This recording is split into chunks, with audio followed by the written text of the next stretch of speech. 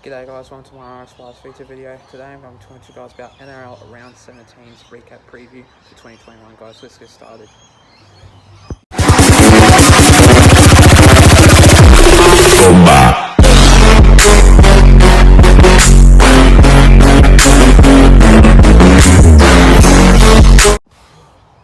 So starting off with this first game of this match, we see the Sea Eagles going up against Raiders. Now this game was absolutely pretty much crucial. I know this game was pretty tight. I hate to expect that it was not a lot of potential. Sad to say, Tom Trbojevic and Daly Cherry was out due to origin duty. One going to Queensland, one going to New South Wales. But then you obviously got Ruben Garrick filling in for Tom Trbojevic, so this would mean that if this game would have been quite potential, I reckon not a lot of points would have happened in this game by the Manly side. Usually Manly don't really get a lot of points without like Tommy Trbojevic, because Tommy Turbo is such a really good player. You obviously got Jason Saab. He didn't really do really well in this game.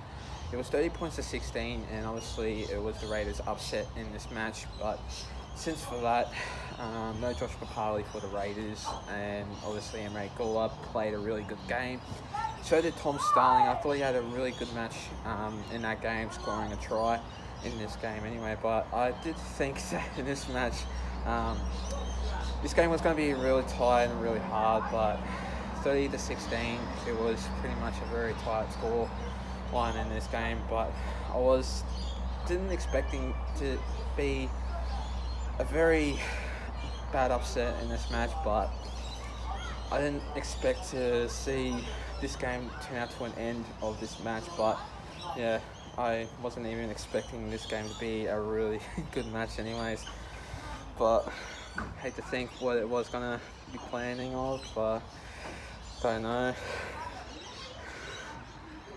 Yeah, I did not know what this game was gonna be turned off, but I hate to think. I got my friend here, Ty, Daniel. Yeah, what do you think about that game, Manly vs Raiders? Who won? Yeah, sorry. He's probably got a bit shocked about that, but I don't know. But this game was going to be pretty much a bit tight, but I hate to say, well done from Raiders for making a really good win against Manly side anyway.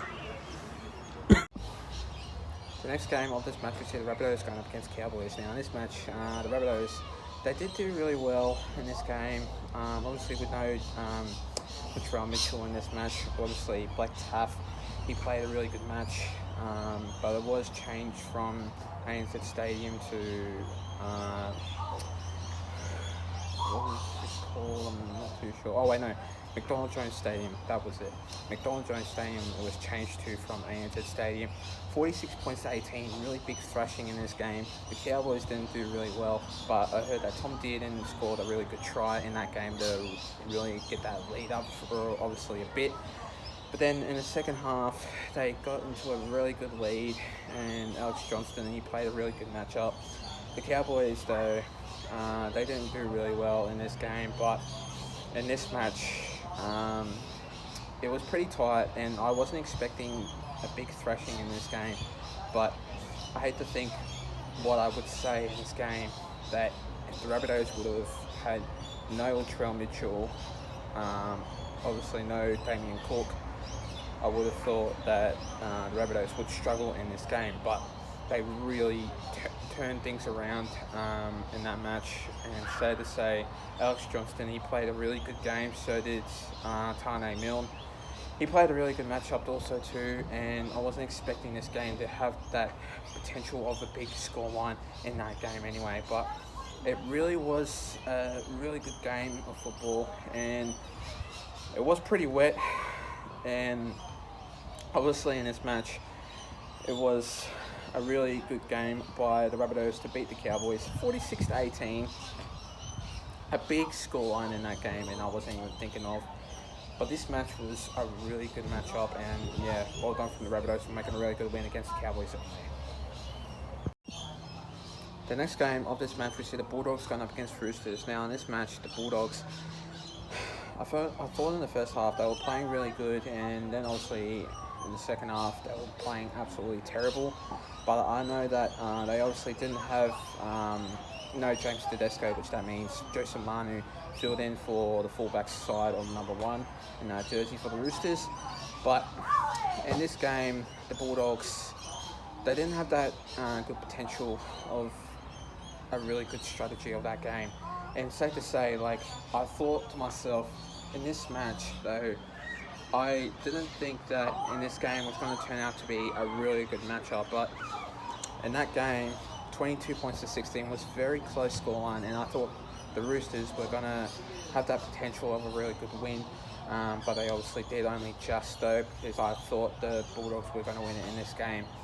And they were paying $10 on Sportsbet, and then obviously $1.10, which that means the Roosters were paying for, obviously for Sportsbet, that means would be favourites anyway. But then obviously in this game, they turned things around in the second half, the Roosters, and they had a really good potential of a win. But for the Bulldogs, though, Lachlan Lewis, he really stand out for me in this game. But then obviously Matty Gavalu scoring a try in that game was absolutely really good of a potential of a really good win. And obviously in this game, I didn't think the Roosters were going to win with no James Tedesco, and obviously, like no Angus Crichton also too, which that would have mean that Sam Walker, he played a really good game, but not enough to really get that Roosters lead up, that potential of that lead. But the Roosters, though, they are a really good team, and safe to say, like, I just think that they are a really good team. But yeah, well done from the Roosters for making a really good win against the Bulldogs anyway at 22 points to 16.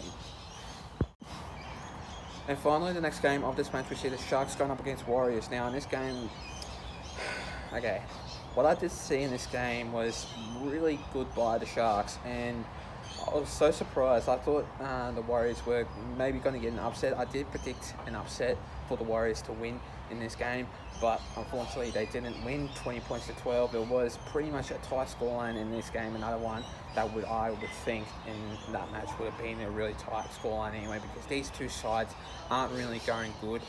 With no Chad Townsend, no Tohu Harris, obviously Sean O'Sullivan filling in for number 7, and then you've got Cody Nikorima, number 6. He played in this game. Obviously last week he didn't. But in that match was really good by the Sharks to really help the Warriors to not obviously win that game.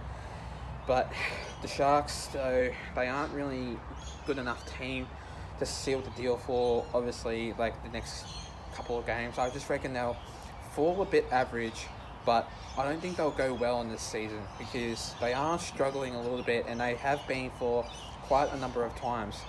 I know that they are a really good team. They've got really good players, and Sione Katoa was back to play that game anyway for number 2 for the Sharks. But safe to say, like, I just thought Dallin Watene-Zelezniak, he played a really good game for the Warriors. Obviously, like, the Warriors, I know they are struggling too much too, but Roger Tuivasa-Sheck, he played a really good game also too, so I credit for him. And obviously Reece Walsh, he played a wonderful game also too, so I would basically take credit for those players that I just named anyway. But yeah, well done from the Sharks for making a really good game against the Warriors. 20 points to 12 in that match. Thanks guys for watching my video, guys. Stay tuned for more. We'll be doing a couple of videos coming to you guys soon. Also, I'll be doing more videos coming to you guys soon, so stay tuned for more. Plus, leave a like and subscribe to my YouTube channel and for this video. And I'll see you guys in my next video. Till then, take care guys. Stay safe and have a good one.